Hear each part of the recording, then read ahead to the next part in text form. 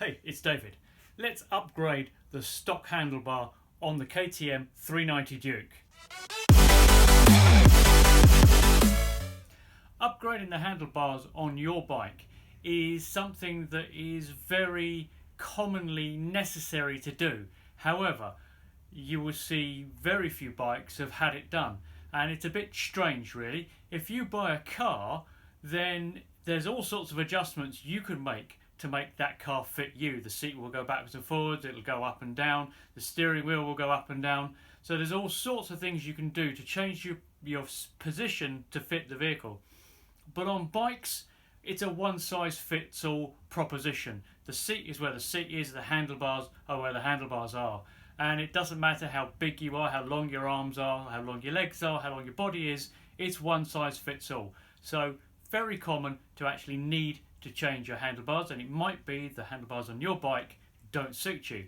Now in my case, I've got a crash damaged bike and I need to replace the handlebars anyway. So I'm taking the opportunity to upgrade them to something much better, and something which I think will fit me better too, because it's a much closer fit to the sort of handlebars I'm used to riding on my other bikes.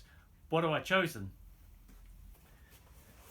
What I've chosen are these. These are the handlebars that Mirius make for Rok Bagoros. This, as you can see, has got his name and his branding on it, because this is the handlebar he uses on his small KTMs for his stunt riding. And it's a little bit flatter, the bar, so it's not quite so pulled in. Bars that pull in, they can sort of cock your wrists a bit, so it's a little more controlled. So let's see what's involved in taking the stock ones off and replacing them with these, because there are a couple of things that might trip you up. So the first thing you need to do is protect your tank. So you want something like a towel that you can put over, because the chances are high that you'll want to drop the bars down here, or you'll drop a screwdriver, or very often, particularly when you're taking these bolts off and you're using a ratchet or something, it guaranteed will smack into your tank and damage it. So that's the first thing. So let's start by taking the bar end weights off, and it's just a simple Allen key.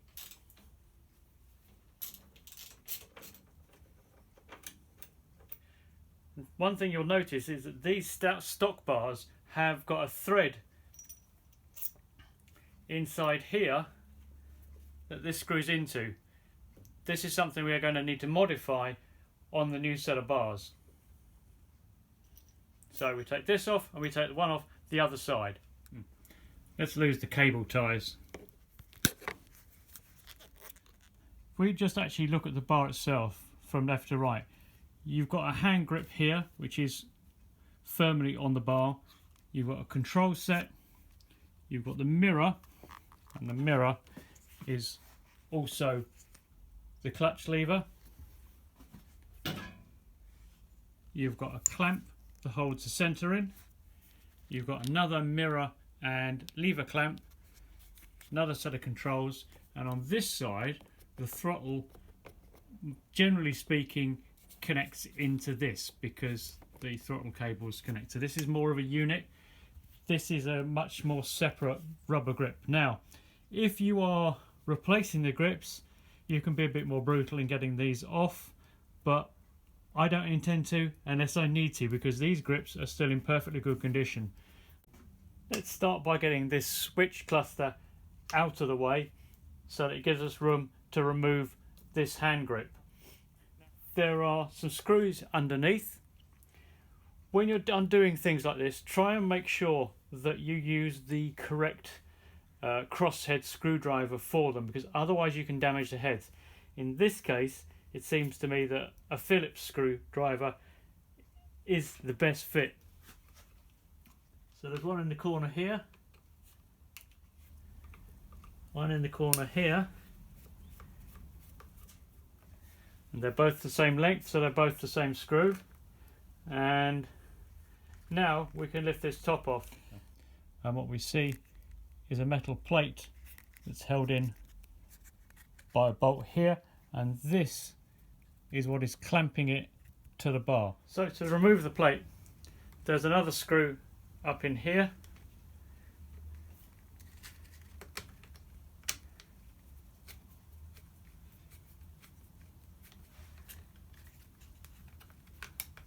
And that allows us to take the plate out and then drop the switchgear out of the way. These grips are usually glued on, and there's a number of different ways of getting them off. When you've got the end missing like this, then it comes harder to blow compressed air in. If you have access to a compressor, then this can help, or you can use a sort of a releasing agent and just work it into the grips.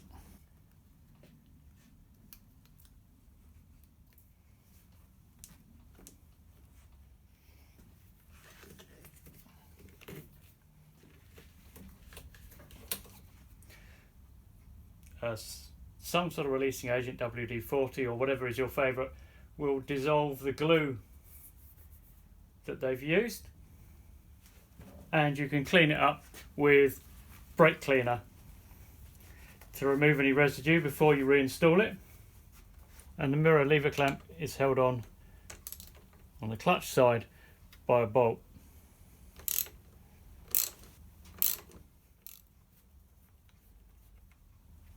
Underneath there is a slot you can use just to release the tension and move this around, but we need to slide it off the end.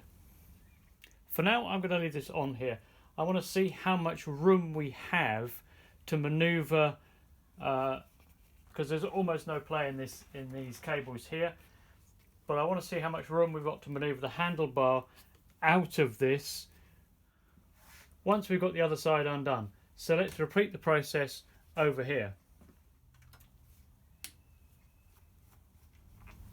One screw at the back, one screw at the front. I can't get this screwdriver in there.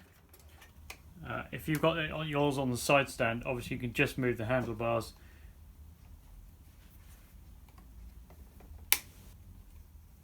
Be very careful not to strip the heads of these screws.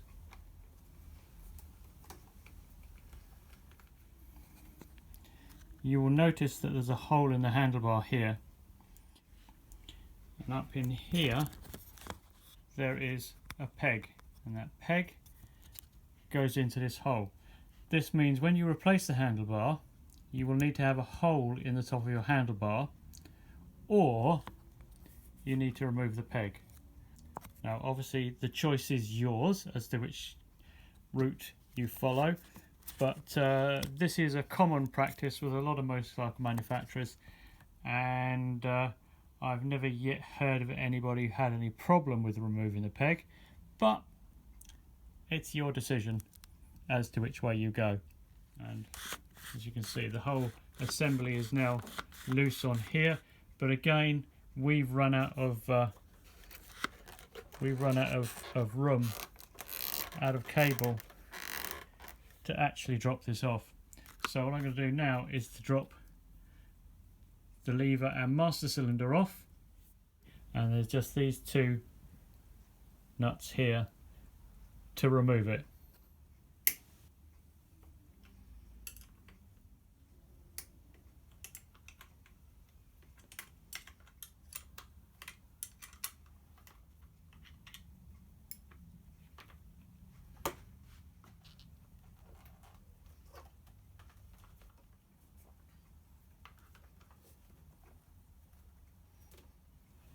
Which means we're now ready to remove the clamp and then see, as I say, how much leeway we've got to get these off.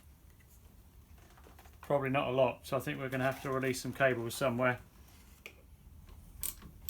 And this is why you protect your tank.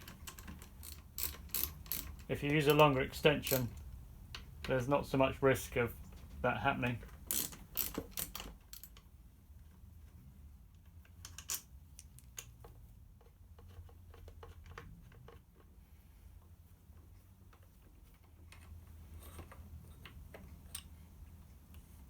And with the clamp away, we can now remove the handlebars. Well, we could if we can take the controls off anyway.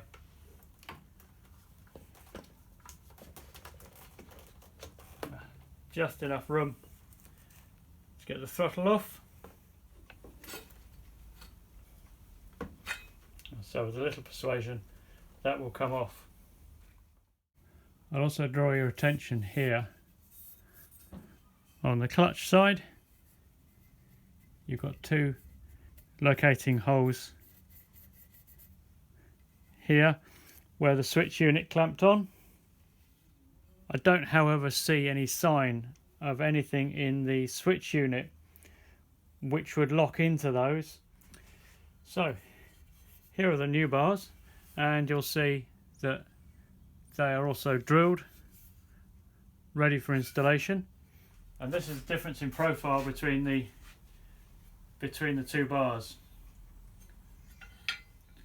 So what we can see is that the rise is similar, in other words how much it comes up, but you can see very much the case that these bars are much flatter. Now of course this is because this is bent, but if we look at this side then we'll see that the rise up, so the height upwards, is about the same, but this one runs nice and flat forward, and it will fit directly into the clamp.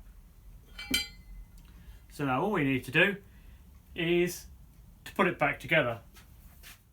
The insides of these were lubricated, so I'm going to put a little bit of grease back on them to help them slide into position. Not too much, because we don't want them to wobble backwards and forwards as we are when we have them on the bike. If you take the throttle cable and just move it down the side of the fork leg, you're going to get this on far enough that you can actually slide this on easily. So it's just a question of getting the maneuvering right, and you're all set to go.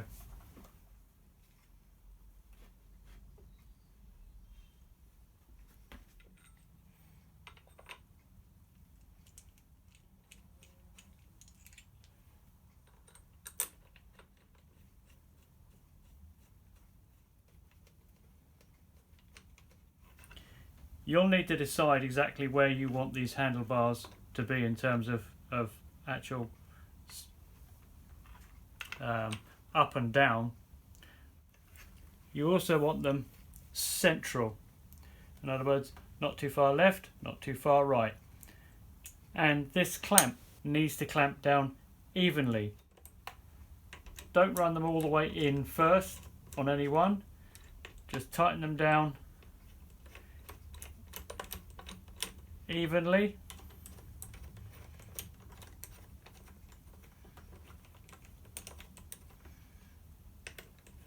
Preferably in a cross pattern.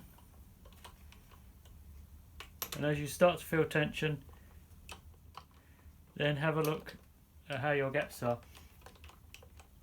Once you've got it roughly into place like that, and it's still loose or whatever, I suggest sitting on the bike and getting a feel for where they are.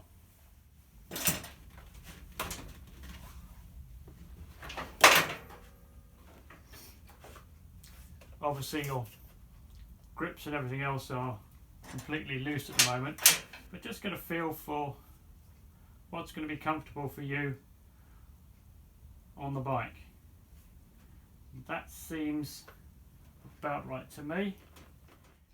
Now you can see here you've got some lines which allow you to line things up properly.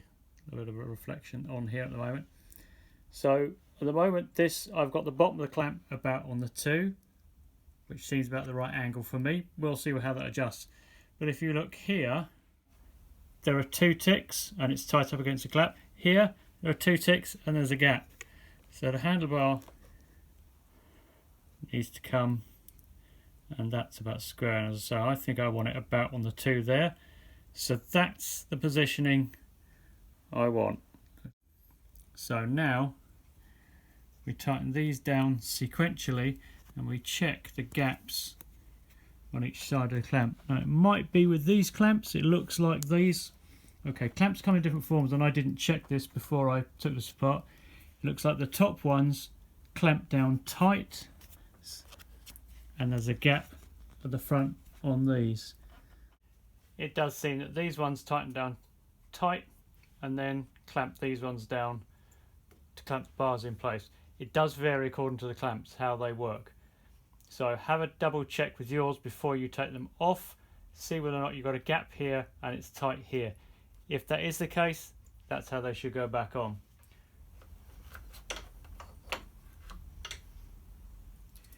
You should be looking to tighten these down evenly. It's a little bit fiddly with the weight of this mirror on here. So I'm just going to leave that loosely in place at the moment, because don't forget we've got that locking tab in here which should click in to the hole in the handlebars. There we go. So we can run the screws back in.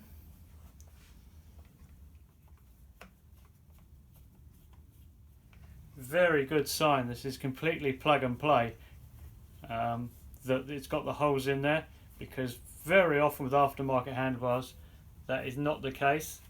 Again, try and do these up evenly. Fits nice and tightly.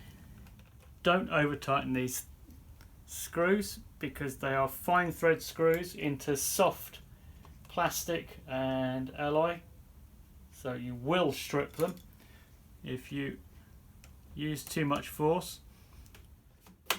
Check the throttle cable returns well. It does.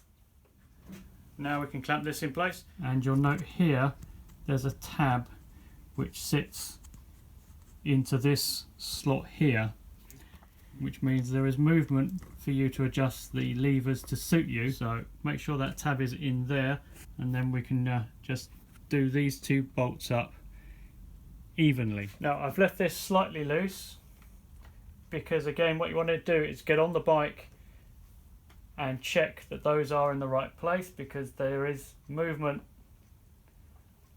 there. So get it somewhere comfortable and then tighten these down.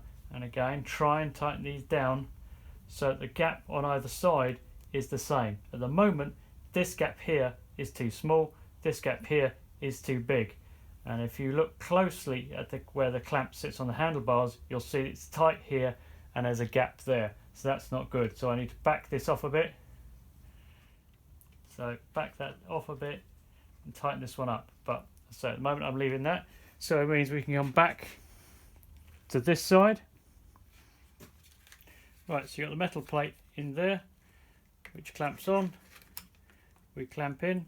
We take the plate we unbolted.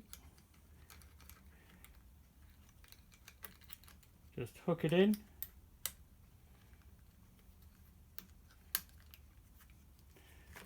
Then we can clamp up the screw into the nut and clamp it down tight. Now again, I'm going to leave that slightly loose. It's a captive nut, so you don't need to actually attach it fully, and just run these 2 screws in.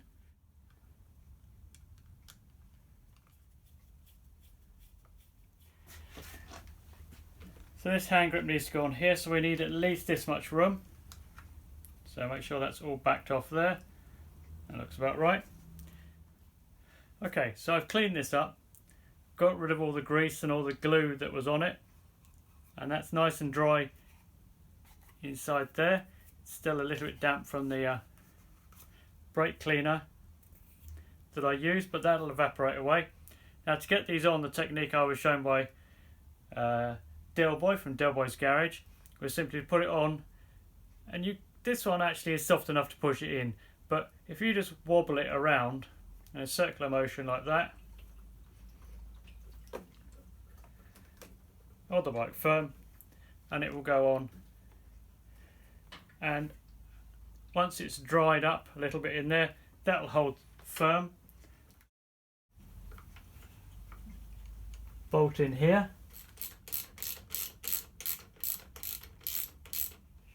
With the handlebars assembled, just loosely tighten everything up, sit on the bike and have a feel. Get used to the different position of the bar, make sure it's in the most comfortable position for you, and make sure the levers are where you want them to be. Once you've decided that, nip all the bolts up so everything's tight. Same here on the clamp, on all these things, tighten them all up so they're tight, and then take the bike for a test ride. See how you feel, see how the handlebars are, see whether or not you need to make any adjustments, come back, adjust, and job done. Almost. So one more thing we need to do, and that's deal with the handlebar weights.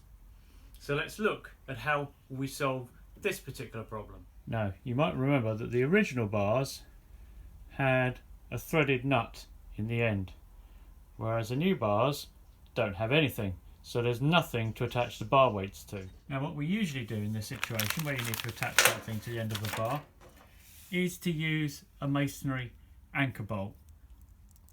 They come in different names. This is what you use to attach something into say a brick wall, where you want to bolt it in something heavy, perhaps you're attaching to the wall.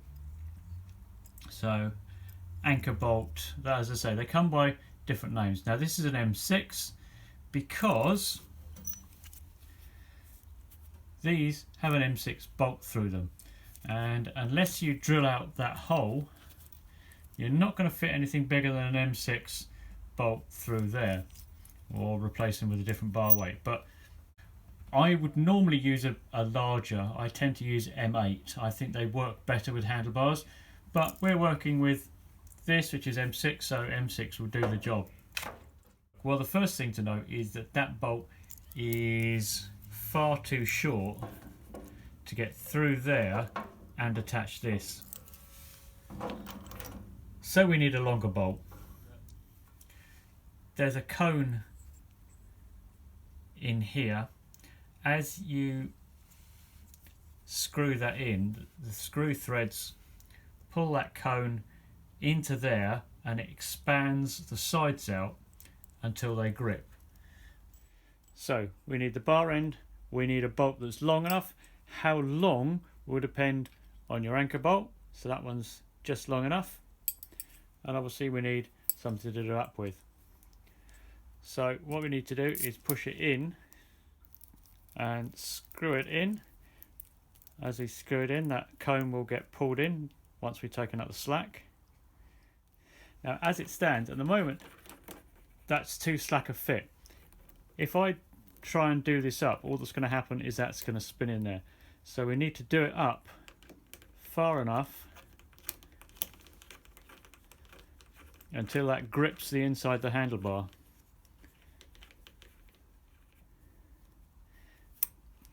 That's a little bit too much. Back it off just slightly and push it home. Now we can simply do this up until it's tight. There we go. Snug it in, and that's it. That's all it takes. That anchor weight, or that bar end weight, is now attached to the end of the handlebars. So do the other side and we're done. And in case any of you were wondering, that is completely fixed and rigid